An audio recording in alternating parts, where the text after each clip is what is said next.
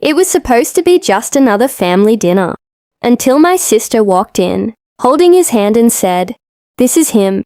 That's when my mother dropped her glass, and my father went completely silent. And in that moment, I realized everyone at the table already knew who he was, except me. The table was already set when I walked into the dining room. Plates aligned perfectly, steam rising from freshly cooked food, the familiar scent of spices filling the air. Everything looked normal, too normal, but something felt off. My mother kept adjusting the same spoon again and again, her hands slightly trembling. My father was unusually quiet, staring at nothing in particular. Even the clock ticking on the wall sounded louder than usual. "Where is Maya?" my father finally asked, checking his watch for the third time. "She texted. She's almost here," I replied, leaning against the doorway. "She said she's bringing someone," my mother added softly, her voice tight. I smiled a little.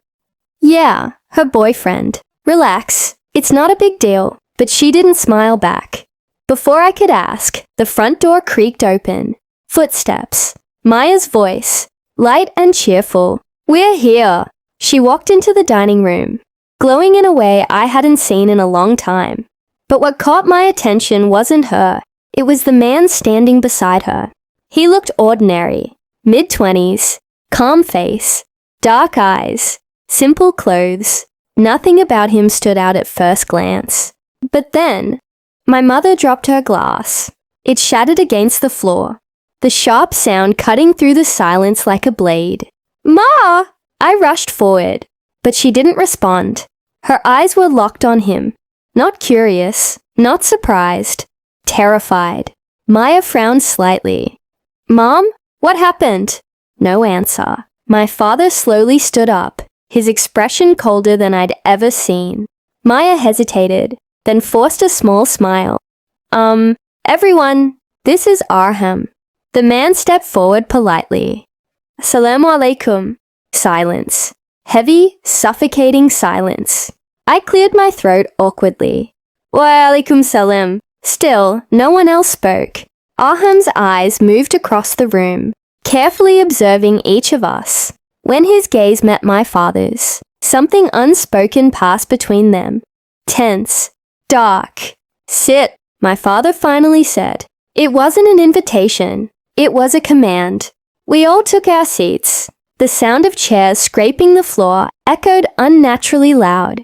Maya sat beside Arham, her smile fading, replaced by confusion. I told you about him," she said softly. "We've been seeing each other for 6 months. 6 months. My mother let out a shaky breath, gripping the table.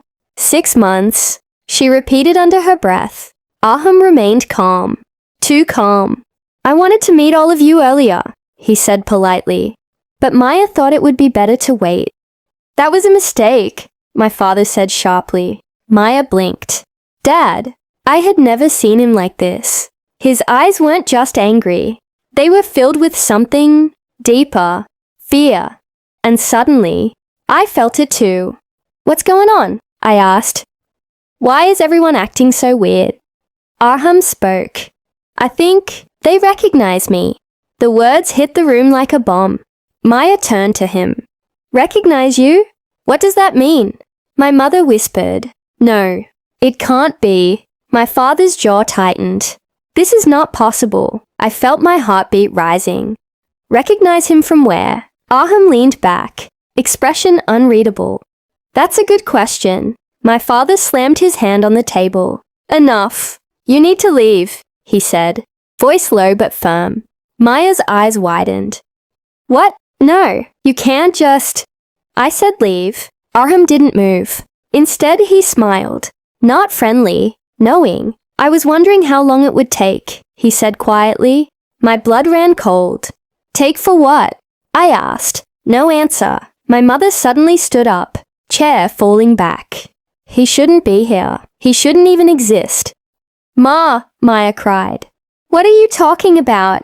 I looked at Arham. He wasn't surprised. It was like he had expected all of this. "Tell them," he said calmly to my father, "or I will."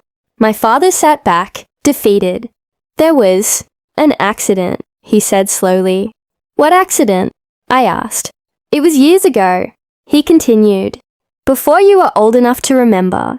I felt a chill run through me. What does that have to do with him? He died, my father said. Silence. My chest tightened. I turned to Arham. He was still sitting there, alive, watching. That's impossible, I whispered. Is it? Aram replied softly. Maya grabbed his arm. We're leaving. But Aram didn't move.